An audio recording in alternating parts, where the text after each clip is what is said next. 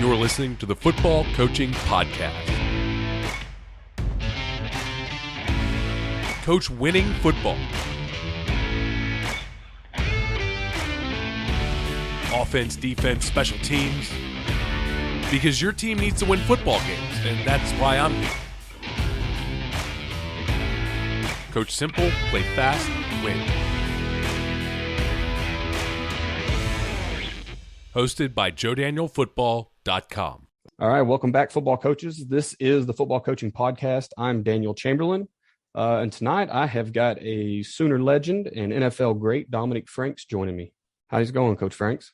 It's going good, sir. How are you doing this evening? I'm doing pretty well. Hey, there's probably not a lot of people who don't know who you are, but can you give us a short introduction just to let those who don't, so they can know? Okay. Oklahoma kid, born and raised. I moved to Tulsa, grew up in Oklahoma City, moved to Tulsa, 8th grade, actually moved to Owasso. I was there for 2.5 years. In my sophomore year, going into Christmas break, I moved to Tulsa Union, where I graduated from. I went on to play college football at the University of Oklahoma. I got drafted by the Atlanta Falcons, played 4 years there, played a year in Baltimore, had to leave football alone. And I went overseas and I played overseas basketball for 2 years. And, now I'm currently coaching in Owasso, where it all started. My football career really started in Owasso. So it was good to be able to come back and go back to Owasso and coach with actually my head coach at Tulsa Union. So I was able to reunite with him and join his staff at Owasso. Back to being a Ram. That's pretty awesome. That's it. Hey, you come back to Owasso, and then Brent Venables comes back to OU. That's a couple of years of goodness there. Yeah, that's a beautiful thing. Hey, man, I appreciate you coming on with me tonight. Joe won't be on. He's got a sick family member, so just be you and I. So, man, I appreciate you just hit me back on Twitter. I didn't know what would happen there, but I'm glad you engaged with me. Yeah, anytime. So on tonight's episode, we are talking about press man coverage. Every DC seems to use this as their off coverage, usually complementing like a cover three or using it in a blitzing situation. So tonight we're going to pick the brain of Coach Franks here and see what kind of information you coaches can use that he can pitch. So we'll just jump right in here, Coach. So first I want to talk about press man coverage at the higher level. So having been a college coach and then gone on to the NFL, and like I said, played 5 years, I want to know, like, why was press man used at those levels? Like, kind of what was the expected outcome there? What were the benefits to it? Really, when you get to the higher levels, it starts in college, and you have a select few of quarterbacks that's really good in college. And then when you get to the NFL, you think everybody pretty much has a good quarterback, no matter how they look on Sundays. They're viewed as a good quarterback. So when you dive into press coverage, a lot of defensive coordinators and defensive back coaches want to run press coverage because they want to disrupt that timing of the quarterback and the receiver. When you go to practice or you go to games, you see a quarterback throw a lot of routes on there. So they're used to, okay, when my receiver runs a slant route, he's going to break on his third foot. He's going to break inside. Well, now his clock is going in off coverage. He knows as soon as I get man coverage and I see him about to take that third step, I'm releasing the ball. Well, now when you walk a corner up and he presses, well, now the receiver has to dance on the line. So the quarterback just has to hold it for a split second longer than what he's used to. Well, now that gives you an opportunity to allow your pass rush to get there, get hands up. And it's just really to disrupt the timing of those great quarterbacks like Aaron Rodgers, Dak Prescott, the Tom Brady's, just anything that you can do to kind of mess up his time and get him off the spot and just allow that D-line or that pressure to be able to get to him. So just a timing issue, really, just yes, throwing sir. him off, especially when he's been seeing one coverage all night anyway, and now yes, you can kind of hit him with something different. That's awesome. Was there any certain situations that a DC that you've been under, or maybe just some you've seen working, why would they choose to use man more or less in any certain week? Do certain quarterbacks react different to man coverage? It's most of the time geared towards a receiver. You might go into a game and be like, hey, I think my corners are better. The receivers might be bigger guys, not as fast, not as quick. So you want to disrupt the timing at the line because you know you don't really have a threat to get beat deep. Quarterbacks not so much you key on. It's more of the receivers, but in certain down and distances, you might say, hey, in third and long or third and short, I know screens might be coming third and short. Well, I want you to be aggressive and get closer to the receiver. We're expecting quick game or we expecting screens. So we want to be able to attach sooner. So it's just most of the time you're going to game plan towards the receiver, how they look throughout the week. Can't really get off a press. Well, let's get closer to him. He don't like being touched, things like that. As far as the quarterback, when it comes to the quarterback, it's more just really down and distance and what you kind of expect is coming. But, you know, if you expect the ball come out quick, well, you want to move those corners up. Just things like that when it comes to the quarterback, it's more down and distance. Gotcha. I know it seems like at the high school and what college ball level I watch, a lot of people they want to use it as a blitz situation, right? I mean, you talked about disrupting a receiver in his route right now, but also I can kind of get in the quarterback's face if I can send this extra man. And I'm sure that's probably how you had to play it as well, right? Yes, sir. So it's just, like I said, it's different. You have different DCs. They have different philosophies. You know, you might have like the Buffalo Bills, you know, they're more of or like Seattle back in 2010, 2015, like the Richard Sherman era, when you go 49ers, when they had the Kaepernick era, they were more zone teams, but Seattle pressed. So when they pressed, everybody thought it was cover one, where they were actually playing cover three. So you get a DC that say, hey, we're going to press every snap no matter what. Now you start to see a team with 6'2" corners, 6'4" corners. Now they're a physical matchup with a receiver. Now when you go into a Baltimore Ravens scheme, they're playing more press man, and they actually playing man-to-man with it. So it's just different schemes to where you can use it as a zone coverage press, or you can actually just play man-to-man and just say, hey, I think my DBs are better than you, so we're going to fight you at the line of scrimmage, and we're going to allow our pass rush to get to you. So it just really depends on what type of DC you have, if you like press man, if you like press zone, or if he just wants you to play off. Absolutely. I'm sure having a caliber athlete like you, it was probably more that, hey, my DBs are better, huh? Yeah, it was a lot of, hey, let's just get in the face, let's disrupt, and we're going to allow, like when I was in college, it was like let Frank Alexander, let Gerald McCoy, let Travis Lewis just go have free range at the quarterback, you know, and if I press, I can kind of dictate what route you're running because I can see, okay, if he's plus split, far split from the quarterback, he's running something back inside. You know, if he's tight split, I'm going to line up outside because I'm expecting some type of outside breaking route. So now I can not only press, but I can change my alignment depending on how the receiver lines up. And now I'm also thinking down and distance. I love to see those fairly elementary ideas that we use in high school are still used at the collegiate and NFL level, right? I mean, that's what we're always trying to teach our DBs. Like, look at his alignment. You know where he's going to go. It's not, he can only do so much, right? And that's it. And you know, the biggest thing is something so small can really be so big in a game. And you see it a lot. Alabama versus Ohio State, Alabama versus Clemson, NFL. You start seeing a lot of people don't pay attention to those splits. They line up wide and still give up a slant. It's like he's lined up bottom of the numbers where he can't run to the sideline. He's only 4 yards from the sideline, 5 yards from the sideline. So right. It's so elementary, but you would be amazed that at the highest level, people still don't pay attention and they still get beat on certain routes. I'm sure that has something to do with the complexity of the defense you're running. I assume things get quite complex especially when you get to NFL level. I mean, versus what we're coaching down here at the high school level. But yeah, you would assume they would remember that elementary stuff. You know, it's not really a difference. Is the conversation is different because it's we're talking like with two NFL coaches, they're talking NFL ball, but it's not the same as talking high school ball. It's just different verbiage. So to a high school coach, it's going to be like, man, that's mind blowing. But when you really break it down, it's like, wait a minute, this is what I teach my kids, in high school. Because I do the same thing now. Like those things, that's what I teach my high school kids. And it's not, and it has nothing to do differently than how Jalen Ramsey's being taught.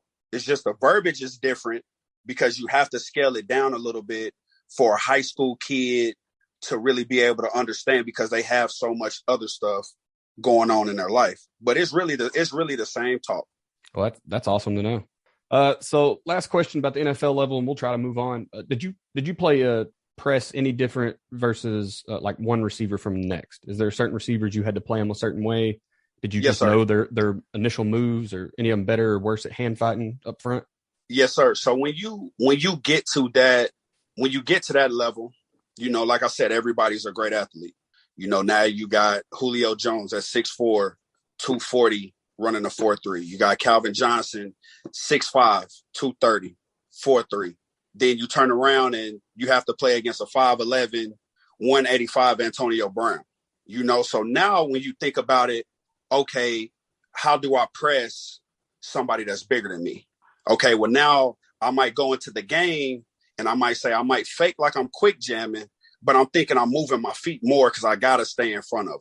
I'm not going to be able to control him at the line of scrimmage. So now somebody bigger than me, I might need to focus on my foot speed, my foot quickness, slot basketball, shuffling, stand in front.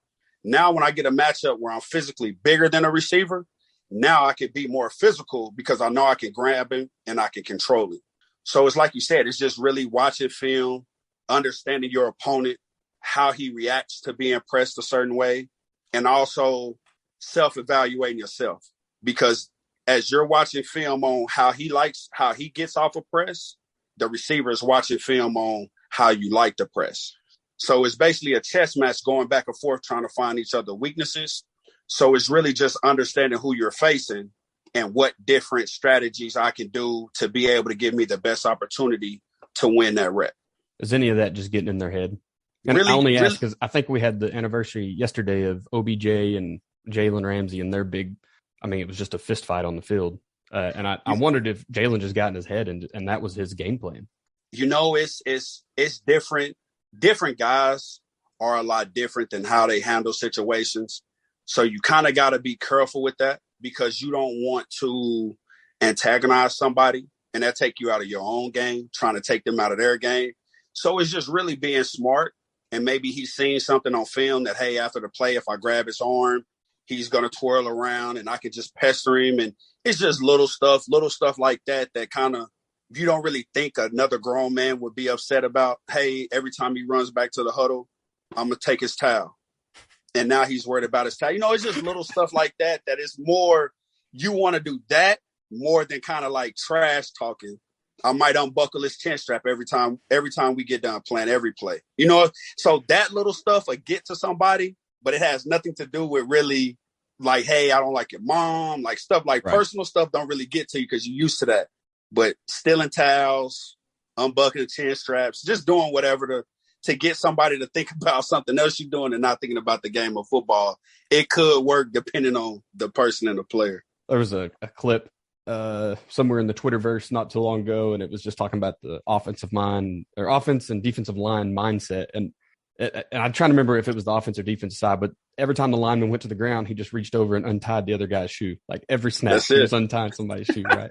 So that's just hilarious. It's a time waster. He's got to come out and fix his shoe, but just getting his head, that's hilarious. All right, man, we'll move on. We'll kind of get down to the high school level. So I want to talk about press man coverage in high school. What benefits can high school teams see from practicing and utilizing press man coverage? So why would a coach go to press man? Really, I think it makes high school at the high school level, quarterbacks are not necessarily comfortable with throwing in the coverage. So when you get a quarterback at that age at 16, 17, 18 years old, well, he don't really want to mess up. So now the closer that you can bring that DB to the receiver, you might make him second guess, do I really want to throw this ball? It's a lot different with off coverage because he see the receiver clearly. But when you press him, he might just hold on for one more second. Boom, I get a sack. High school with high school kids, you don't really have the opportunity to watch as much film as you want to. Right. Because I know at Owasso, I think we were probably watching maybe 20, 30 minutes of film. Yeah, there's not a lot. Monday through Thursday. So when you think about, okay, an offense has to do the same thing. So how comfortable is as a quarterback option, his third option? He's probably not comfortable with doing that because he don't have the time to get the proper knowledge and training to be able to say, okay, my man is getting pressed. Boom, where's my second outlet? So now you can totally mess up an offensive game plan if you could take away that initial first throw. Yeah, absolutely. Like what you said, not enough. High school is really about resource management, right? Because we don't have the time. And so I had never considered that, like taking away his want to place and then see where he goes with it. Mm-hmm. That's good. I know at both schools I've been at are very small. First one was a 1A school. This year was a 3A school. I know that you've played at Owasso and then Union, right? And now you're coaching Owasso, which is a little bigger ball. And I would even say that's almost a whole new league than what we're dealing with. So kind of in our realm, we don't like to coach man because it's almost like we're always going to be out athleted. I mean, the receivers are out there for a reason. And a lot of times I feel like we're putting kids out there because they can't tackle, but they got a little bit of speed. Yes, sir. You know what I mean? We're just trying to find them a place. We need an athlete. Do you think that is a misconception that high school defensive coordinators have? Do you think they should try a little more press man than what they're willing to? To be honest, and as a coach, you have to be honest with yourself. You really have to be honest and say, hey, do I have press man corners or do I have zone corners? It's all really a self-evaluation more than what can I do, what other people are doing. And I think that's what we fall victim to is like, oh, well, hey, I see Alabama running this coverage. Well, I'm going to run it. Well, you got to understand, Alabama got nothing but 5 stars in the secondary. So the way that they run a certain coverage is going to look a lot different than any high school team in Oklahoma run it. So it's just more what are the capabilities of the kids that you have? Right. So I can say for me, for an example, I had a corner, Brandon Ramsey, which I think he was the best DB in the state of Oklahoma. For what I asked him to do, week in and week out, he dominated the other team's number one receiver. Well, I had another kid move in from Booker T. So Brandon's probably 6'6", 190. And then Corbin Green moved in, and Corbin Green was 6 foot, 180, 185. So now when I look at it, okay, I got 2 6-foot corners. Okay, now if I ask them to come up and press, they won't be outmatched. Right. So now if you think about the first game I had, I was down my second best corner and my third best corner. So I had I had Brandon Ramsey starting. He covered Cetron, the kid that's going to Oklahoma State. Yeah. And then my other corner started opposite of him was 5'7", 130. That's a little bit of a game changer, right? So Brandon, you can press, but other corner you're going to play off. So yeah. even if you have one dominant corner, you can allow him to press and allow the other corner to play off. If you don't have compatible pieces to where both corners can press, and you can still we ran cover 2, we ran cover 1, cover 3, cover 4, all from press. But it was because my 2 corners was compatible with each other, so they both could press. Now, when I only had one of them, well, hey, you can press, other corner back off. Now, if I didn't have neither one of those corners, now we're just going to play off, because now how can I tell a 5'8", 130-pound corner, hey, I want you to go press the number one receiver in the country that's 6'4", 200 pounds. Right. So like you said, that's putting him at a disadvantage because he's going to lose just because he's giving up so much more size. Right. So go ahead. I'm sorry. And that's my biggest thing with more, what corners do you have? What's their capability? Can they press? Okay, then I would try it. If you really don't think so and you don't know how to teach it, no, I wouldn't do it, because, the go ball is the fastest way to give up a touchdown. And you really got to perfect that technique, because one false step could result in a big play. So I know that Joe Daniel football, we really teach and the theme of this whole season has been best 11. So getting your best 11 people on the field and then making your game plan based on that. And so that's pulled me away from any kind of man coverage. We ran a lot of split field quarters. The district that we're in, we had a lot of people trying to throw the ball down the field, lots of spread. It was a fun year just because we got to see how we can compete. I kind of think that maybe I could have played a little more man, because week in and week out, you never saw, we don't have any D1 athletes we're going against. I mean, at Holland Hall, maybe, because, they're just stacked. But most of the teams, they didn't have that 6'4" guy. So you generally be pretty close in height and weight. And then we were just judging speed. So I've considered maybe working into some man in the future for the benefits you listed a while ago, right? We're just throwing off routes, confusing a quarterback, a high school quarterback, see if we can't get him to go to a number 2 or number 3 guy, just for, uncomfortable with that distance. So, excellent, man. And I appreciate that. But even to piggyback off of what you just said, you could, instead of running press man, you can also run your press. You can also press your split field coverages, because now you have, so say like to the field, you have the field corner, that strong side linebacker, you have the free safety. Well, now if I press that corner, I'm telling the corner you can't get. Okay, so let's break it all the way down. We're gonna talk ball. So let's break it down. So in high school, the ball rarely ever goes to the number 1 receiver to the field, right? So now when I press that corner, now you teach that corner, you don't have to worry about the fade, because a high school quarterback can't throw from one hash all the way to the other. So now you tell him the only routes you need to be playing are slants and dig routes by the number 1 receiver, because basically you cut the field off from the number 2 to the field all the way to number 1 in the boundary. The number 1 to the field really don't matter. So you pretty much just Xing him out. And now that strong side linebacker and that free safety are basically on a double on a number 2 receiver. Right. Now, when we go into the boundary, we have a weak side linebacker, which is our wheel. Well, in the boundary, you never really get slants in the boundary. So now when I want to press that corner in the boundary, I'm going to allow him to press outside leverage, because now his number 1 route in the boundary is going to be a fade. So now his body position is already taking away the fade, because now he's lined up inside. Now the corner all the way to the field, you always line up inside, because that's too far for a throw. He's not going to run an out route, not going to run a comeback, can't run a fade.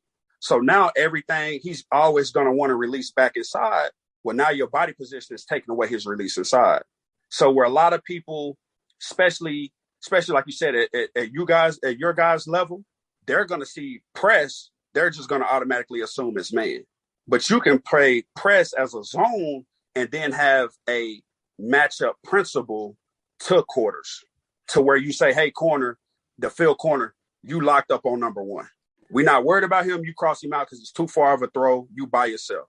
Now that strong side linebacker, now he knows, my corner is playing man to man basically on number 1. Now I don't have to run to the sideline and get underneath 1, because now I'm wasting myself, because the ball is not going to be thrown out there. Right. Now he can be more aggressive on number 2, and now you have a double on that number 2. So any vertical route is going right to the safety. Now, if number 2 runs to the flat, well, guess what? That strong side linebacker is chasing him to the flat. Now you freed up that safety. When 2 go out, 1 is normally going to come back in. Now that safety that's standing there flat-footed, now he can undercut any route by the number 1 receiver, and that corner is still staying high for the vertical route or a post or anything like that. So that would be a good wrinkle for you to incorporate. You can incorporate the press, but still play a zone principle, and you can make it look like man, but the linebackers are still dropping into their zones. That's awesome. Yeah. So, I told you a little bit pre-show, I'm only a second-year coach, and I've been DCing both of them. So that's a pretty new theory to me as well. I like that. That's definitely I'll take in my toolbox moving forward. So speaking of coaching, I want to move into you as a coach now, down at the high school level. So you talked before how you have to kind of simplify things down. So can you kind of describe, taking what you were coached like in the NFL and in college, how are you passing that knowledge on to a high school player? Are you giving them the same technique and just using different verbiage? Or are you changing up their technique? Can you walk us through that a little bit? So the biggest thing is college, NFL.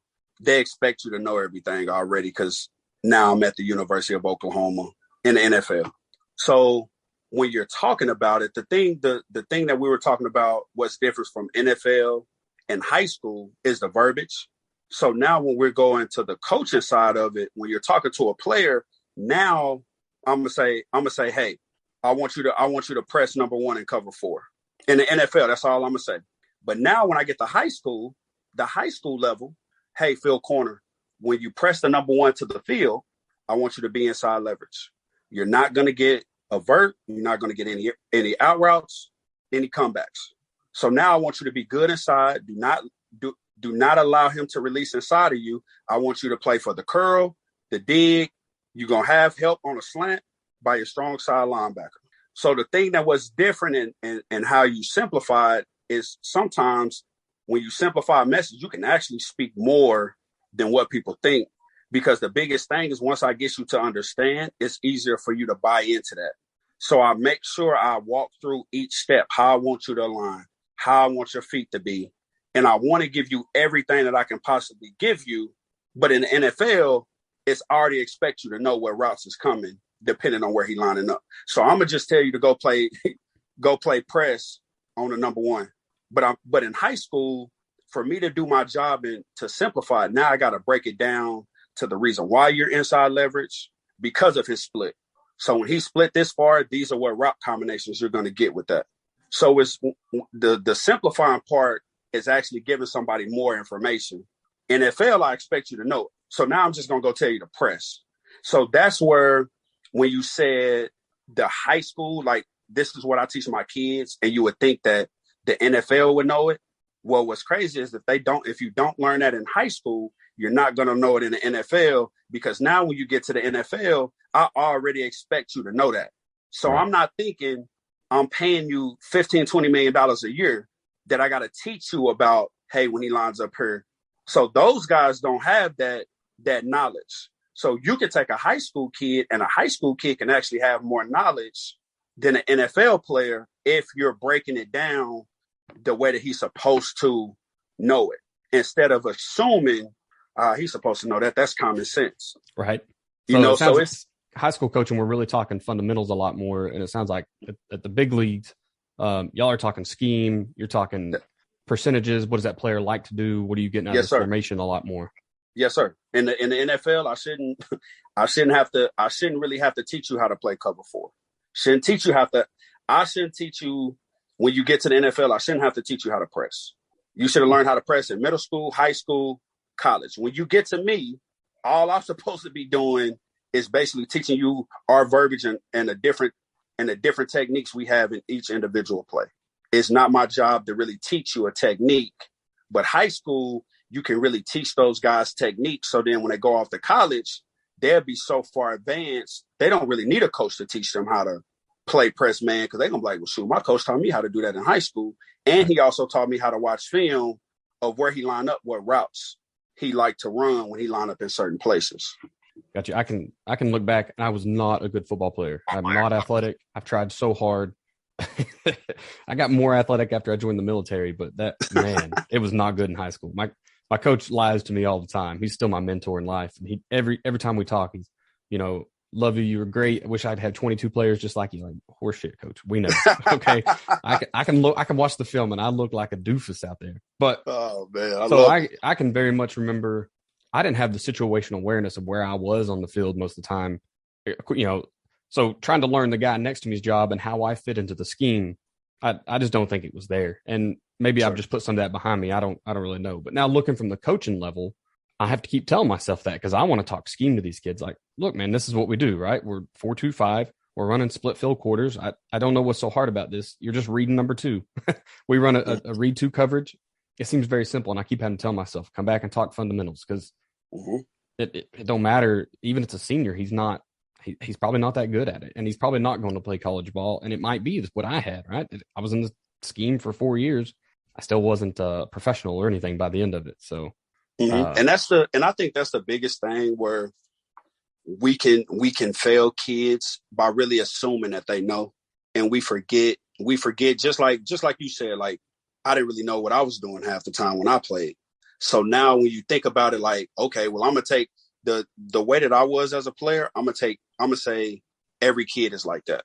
So I'm going to spend more time to get them to really understand their job description on every play, because I don't want you to walk away from football and be like, man, I was just out here playing on pure talent, and just think about if you had somebody to teach you the game like that, how much better you would actually be. And possibly that could actually make up for lack of speed, right, lack of size, because now you heard coaches all the time say he just has a knack for the football, the studying aspect of it, and I think that's what I try to give my kids is I just assume they don't know anything. So that gives me an opportunity to be able to teach it. Right. So now when you mess up, I know you're supposed to know it because I know what I went over. Now, if I don't go over it, well, now I really can't be mad, even though I tell myself you're supposed to know. But if I didn't teach you, that's really my fault. And It's not the kid's fault, and I think just seeing that over time. And when I first got the Owasso job, my defensive coordinator was my starting middle linebacker. And he was like, hey, coach, like, I just want you to understand, like, don't be mad at the kids because they don't know football the way that you know it. I said, coach, what's funny? I sat in the NFL meeting room and my 2 starting safeties couldn't tell me who spins down in cover 3. So I said, if an NFL player can make anywhere from 10 starters, $10 to $20 million a year, and they can't get up on the board and teach me how to play a defense coverage, there's no way I can get mad at a high school kid who has school and who's doing this for free. I can't get mad at him for not knowing if it's okay for an NFL person to not to know. Yeah, I mean, we talk about it all the time, how much they have going on in their lives. Girlfriend's breaking up with them, or what are they going to wear to prom? Or that's it. I mean, like they're thinking so far in the future. It's so much with high school kids. So it's just like you can't really assume that they know, because once they leave football, now they finally free. They've been at school all day, got to go to practice for 3 to 4 hours. Now it's like, I don't want to think about nothing anymore. So you kind of got to be smart and utilize the time that you do have with them being so young. Absolutely. I kind of appreciate what you're talking about, how you understand what they're supposed to know and what level they're supposed to be at versus where you're at. We did an episode a few weeks ago about pro players coming back and trying to coach, and kind of as we on the outside see it, where they might slip up, where they might have weaknesses, because, we talk about what does it take a pro player, what does it take you to be a player and be a professional? And that is like a winning mindset and study, the study habit you mentioned just a minute ago, how like that knack for football, the commitment to the team. I mean, absolute commitment. Nothing else matters. I'm going to go get this bag. And high school players don't have that, right? And so if you come back and think you're going to get that out of a player, we just kind of discussed how that could take you off the rails of your coaching path, because you may not know how to react. And to, the biggest thing is I've seen firsthand outside of watching somebody on TV. I sat in meetings, like I said, where my safeties didn't know how to explain cover 4, how to explain cover 3. When you tie that in with coaching, just because you played at a high level don't always mean you know how to teach at a high level. Because a lot of the guys that played professional sports, that talent was God-given. So if some people, when they have God-given ability, well, if it came so easy to me and I never had to work for it, now how do I explain it to somebody that don't have the ability that I had? And I see that a lot when it comes to coaching. He might have played at a high level, but he can't teach a kid how to play at a high level because everything came to him so easy. Instead of when you think about these coaches who didn't necessarily play at a high level, what do? They study the game a lot harder. They understand how to teach different techniques. When you get somebody that played in the NFL, well, I might have just been blessed. Right. But it had nothing to do with my football knowledge. It just clicked when I got on the field versus a coach really being able to sit down. So I see that side of it a lot too, where people can get by and get jobs. Well, I played in the NFL, but you watch them teaching and you're like, well, you're not better than my little league coach.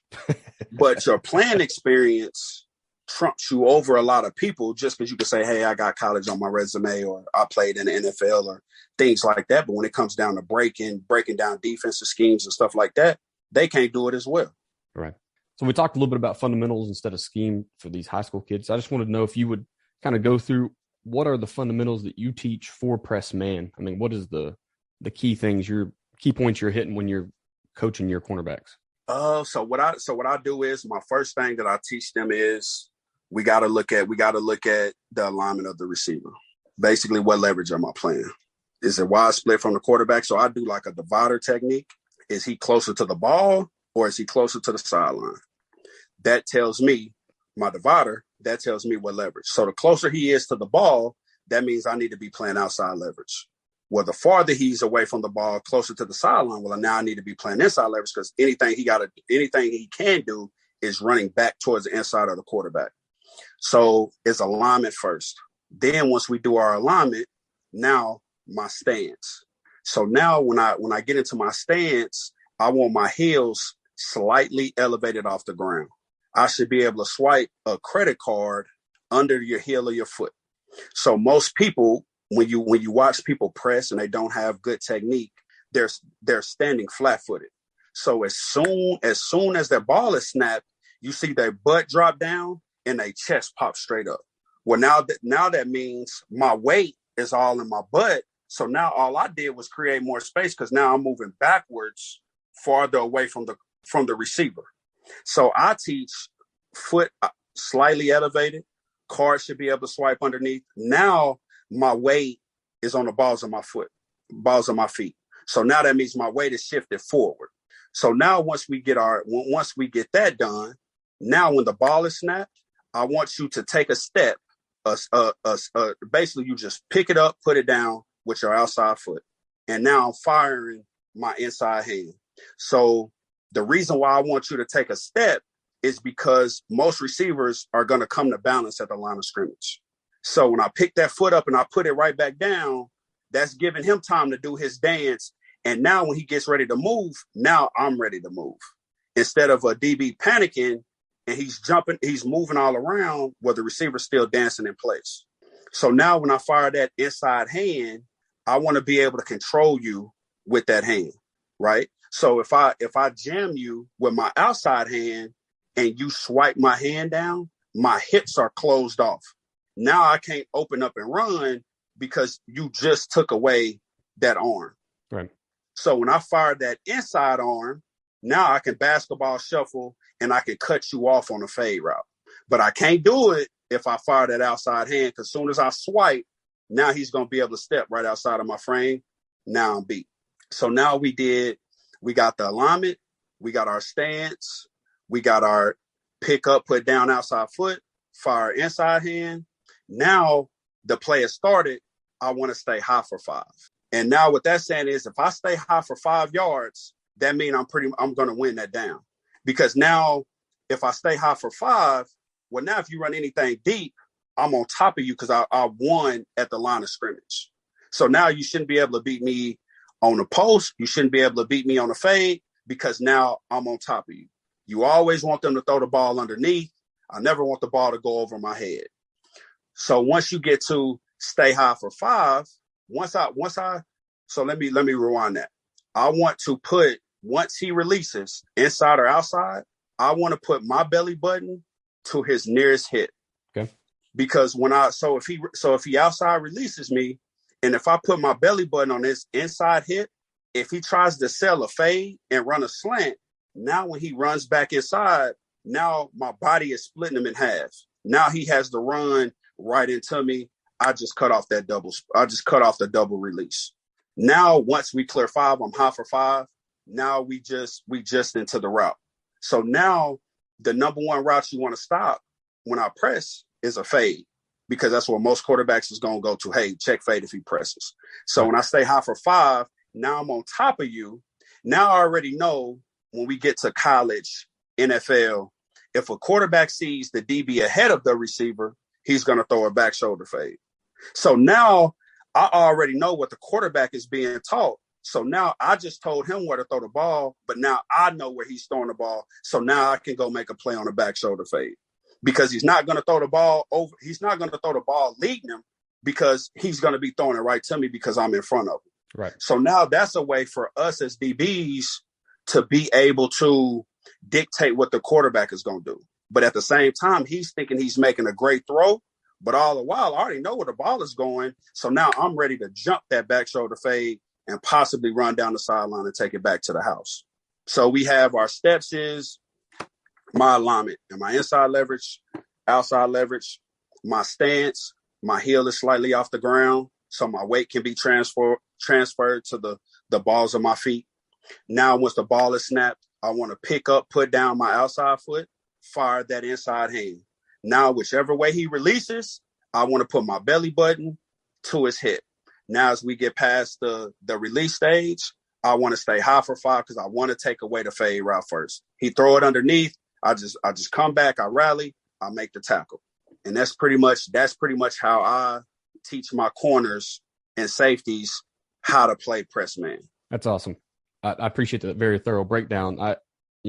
Trying to coach some corners, and I don't have that. I don't have that many steps.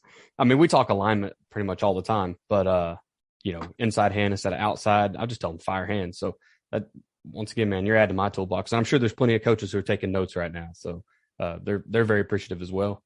Last couple of questions here, Coach, and I'll let you get out of here. But so how much has the game changed at the high school level from the time that you left to coming back, or has it changed at all?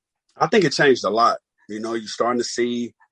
Back when I was in high school, it was a lot more like 12 personnel, more like let's just run the ball, get the run game going and things like that. Now you're starting to see 4 and 5 wide pretty much every play. So it's done changed. It's done changed so much with the quarterbacks being able to get more training. So they're making NFL throws at the age of 15. It's like a norm now. High school receivers are 6'2", and they run. Back when I played, normally the bigger guy, he was a slow guy. And the little guys was normally the fast guys. But now you have big guys that's faster than the little guys. So now it's just so crazy that before everything was confined in the box where we wanted to run. And now everything is like, hey, I want to get the ball on the perimeter, even run game.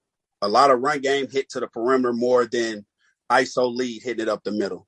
And it's trying to just to get the playmakers the ball as fast as possible. And we just going to say, hey, we think our playmakers are better than the guys that you have on defense. So it's just crazy to see how much the game have changed. But I think it's the players growing, getting faster, getting bigger. And that's also helping the game change as well. Like I said, you got to be able to run spreads, you got to have receivers. So it's just like we talked about with press man. If you don't have press man DBs, you can't do it. So just like if you don't have the receivers, you can't play spread. But it's a beautiful thing to see the ball really spread out like that and spread around. I really think, and we blame the internet for a lot and social media for a lot. But what you said a minute ago, kids have a better chance to go get the training now, and 100% the internet's fault, right? There was no looking up camps or schools or whatever when I was coming up. Like that wasn't really a thing. Yes, you sir. and I are about the same. I think you graduated 05 at Union, right? Yeah, 06. Yeah, 06. So I was 06 down at Long Grove. Okay. Man, I'm glad we didn't play you. God. But I can remember like football was just what the coach told you, right? And whatever he said was right. And so the caliber of your coach even could change the caliber of player you're going to be. Yes, sir. And so, the internet absolutely has just blown things completely wide open. Kids can go all over the nation now to go to whatever camp they want and learn from whatever coach they want. And I just think that's awesome. It's done so many things for the game. It really has. And even like you said, I don't even remember really in high school. I think maybe my 4 years of varsity, I think I might have watched film maybe 3 or 4 times throughout, 4 years of high school. And now you think kids do that 4 days out of the week or 5 days out of the week if you count Sunday. Yeah, and they got Huddle. It's just like just about everybody's on Huddle, right? Like they can watch it. So just even the fact that they're able to watch film, we couldn't even do that. I don't even know if we had film back in our day when we played like that. So everything was pretty much just word of mouth. Like, can the kid play or not? He can. Okay, we'll just believe you. So yeah, it's crazy how social media and Huddle and things like that are really, really taking off. But it's really good to see, Oklahoma kids for so long, we were overlooked. So social media is really helping us because you're starting to see more and more kids, I want to say every year, going to D1 schools. Yeah. From nowhere, right? From nowhere schools. So I'm kind of glad that the social media era took off, but I sure do wish, I was like, man, I wish I played in this era. I mean, Coach, you kind of got to the top level, so I don't know how much better it could have been for you. Man, I think it would have been a lot better seeing how these kids, how they blow up like that. But it's good to see. It's fun to tease the kids and, just to give them a hard time about social media, and they give us a hard time about our film being in black and white and stuff like that. So it's good. Black and white, yeah. The big shoulder pads, all of that. Oh man, it was fun. Yeah, they don't know how good they have it, I don't think. They don't. They really don't. So, man, we'll start closing out here. We've covered just about everything I wanted to cover this evening. So last little question here. What advice do you have you can talk to players, you can talk to coaches, just about moving forward, like making themselves the best player or coach they can be, whether it be with press man or anything else? What's your best piece of advice you can kind of put out there? As far as player wise, I mean, I think the biggest thing is, and this is what I live by, is hear the message and not hear the tone. Oftentimes kids can get in their feelings, or just people in general can get in their feelings because somebody is saying something a certain way, even though they can be saying something that's totally correct and that's what they need to hear. We sometimes focus on hearing the tone and not the message. So for us to be the best that we can be, especially as players, whatever your coach is telling you, try to hear the message, not the tone. As far as coaching, the biggest thing that I've learned playing and being a coach, never assume that a kid know what you're talking about. Explain everything, explain it thoroughly. And, what helped me out a lot with my high school kids, I would make them get up and teach the DB room. So, hey, corner, I want you to walk through cover 4. And it's giving them a voice in the room. And then also it's giving you an opportunity to actually see what player knows what and what he needs help with, because now he's having to teach it to his peers. And once you see that they can give the message that you gave them as a whole, and they can teach it themselves, then okay, I'm really doing a good job teaching it, and they really understand what I'm trying to say. And secondly, man, just simplify your message. Don't try to be too cute. Don't try to be too fancy. Simple is the best, so they can understand the message, and they can be able to go night in and night out, play at a high level, play fast, and they can play and they can reflect you at the highest of levels. That's awesome. I appreciate that. And I know a lot of kids that need that. We talk about it, not only coaching, I have to consider the military side of my life as well. And very much so that hear the message, not the tone, is big time, because stress and makes that tone go everywhere, right? But the message should be the same. So appreciate those, Coach. So how can folks find you in social media if they wanted to reach out, ask you a question, or beg for some tickets to an Owasso Rams game? They can go IG and Twitter is dfranks24, and then Facebook is just Dominique Franks. And like you said, whatever anybody needs from me, I'm willing to help. I understand that for me to get and for me to accomplish everything that I accomplished, I had help along the way. So I'm not the guy that's too good to ever give back if anybody needs help. So no matter how small you think it is, no matter how big, if I can help, I'm definitely willing to help anybody. Appreciate that, Coach. So coaches, for Press Man, I want to put it out there that it fits universally into any of the defenses that we have at JoeDanielFootball.com. Reminder that you can sign up today for a 7-day trial for just $1 at join.joedanielfootball.com. You get your full access to our 3-4, 4-3, 4-2-5, 3-3, and the Pistol Power offense. Once again, that is 7-day trial for $1 at join.joedanielfootball.com. We also have just opened up our weight room program, so you should be able to get into that. You can sign up. It doesn't open up again until late spring, so now's your chance. Jump on that if you can. Once again, join.joedanielfootball.com. I am Coach Chamberlain. That is at Coach Chambo OK on Twitter. It's pretty much the only place you're going to find me. And just a reminder to coach simple, play fast, win.